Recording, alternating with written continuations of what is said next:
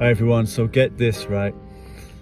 Years back, I was on the streets in Manchester with a small crew of people doing like a homeless run, like taking like soup out on the street to people who live on the street, right? And it was winter, it was freezing cold, and there was a pastor leading it, an older guy, like 50, 60 years old or something, white hair, nothing too much about him, right? But then out of nowhere, this thug on the street, young guy, comes out with his girlfriend, and he walks up to the pastor, you know, the type like super aggressive, and he's gone up to the pastor with his finger in his face saying, "What are you effing looking at my girlfriend? F you," and all the rest of this like that. And this, I was scared, right? But this pastor, he just puts his arms around this guy and gives him a hug, and the change was like instantaneous, like bang, this like aggressive young guy who everyone was afraid of just like turned like into this puppy, and he was all smiles all night. He hung out for like over an hour with the pastor and with his arm around him, like talking and all the rest of it, you know, about his life. And this story, this memory has been in my head this week because I can't get over the fact that God's love for us always reveals truth, right? Always reveals his heart towards us, of our value to him, that we're worth something to God, that we're special to him, right?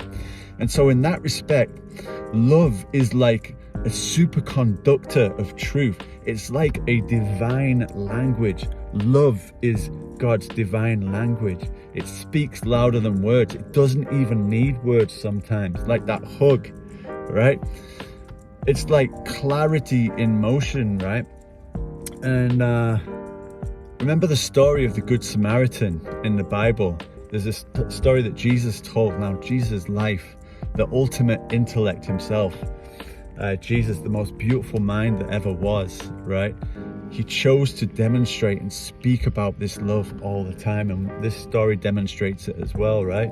There's a guy who goes on a journey and he gets beaten up by crooks on the way, gets his clothes stolen, gets his money stolen, gets nearly beaten to within an inch of his life, and he's lying there in the gutter, and this priest walks by. Now, this is one of his people group, right? A Jewish priest walks by, a religious person, and so he thinks, oh, thank goodness I'm saved, this guy's gonna help me. But this guy doesn't even bat an eyelid. He doesn't speak a word to him, right? They share a common language, but this guy just walks on by because he doesn't speak the divine language of love, right? Even though he's a religious type, right?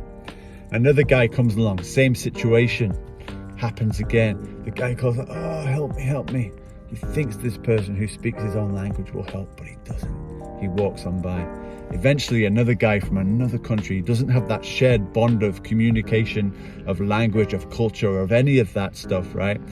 Comes by, and this guy thinks, oh no, it's one of our enemies from another place, a Samaritan. He's never going to help me. But guess what? This Samaritan, who was meant to be traditionally his enemy, spoke God's divine language of love, right? And he doesn't say it, but he does something. And this is the thing, God's real love, the language of love, does something.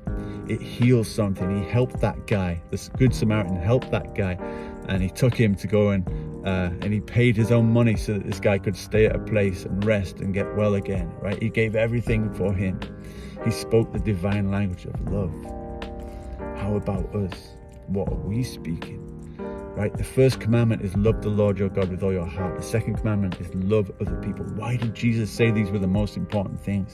Because he wants us to step into that superconductor, to abide in his love.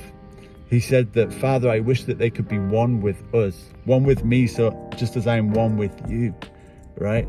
And the way we do that is we live inside his love for us, our love for him, transcends and becomes our love, his love for other people as well. Can we love like that? It's not transactional either, right? Look at Jesus. He gave everything for his people, but they rejected him, spat on him, put him on a cross, and even on the cross he spoke the divine language. Father, forgive them because they don't know what they're doing. How about us? Can we step into loving people and speaking the divine language like God does? That's the challenge. God bless.